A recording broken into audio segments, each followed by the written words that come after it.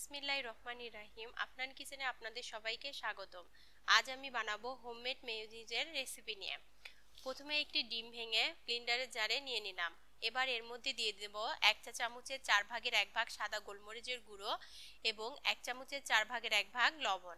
এখন দিয়ে দেব 1 টেবিল চামচ গুঁড়ো দুধ ও 1 টেবিল চামচ চিনি।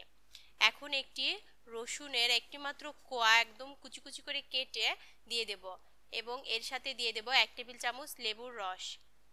এখন ঢাকনাটি ঢেকে 2 থেকে 3 বার থেমে থেমে ব্লেন্ডারে ব্লেন্ড করে নেব। যখন আমাদের ব্লেন্ড করা হয়ে যাবে তখন দেখুন কতটা স্মুথ হয়েছে। এবার 1/3 কাপ সয়াবিন তেল 4 থেকে 5 বারে থেমে থেমে অল্প অল্প করে মেশাতে থাকবো এবং ব্লেন্ডারে ব্লেন্ড করতে থাকবো। যখন দেখব একেবারে তেলটি প্রায় শেষ হয়ে এসেছে, দেখুন আমার মেয়োনিজটাও কতটা পারফেক্ট হয়েছে আর ঘন হয়েছে। তাই আপনারা এই মেয়োনিজটা বানিয়ে খেতে পারেন। যে কোনো ধরনের নাস্তা, বার্গার, স্যান্ডউইচের সাথেও এটা খাওয়া যায়। তাই 7 দিন নর্মাল ফ্রিজে রেখে খাওয়া যায়। আসসালামু আলাইকুম।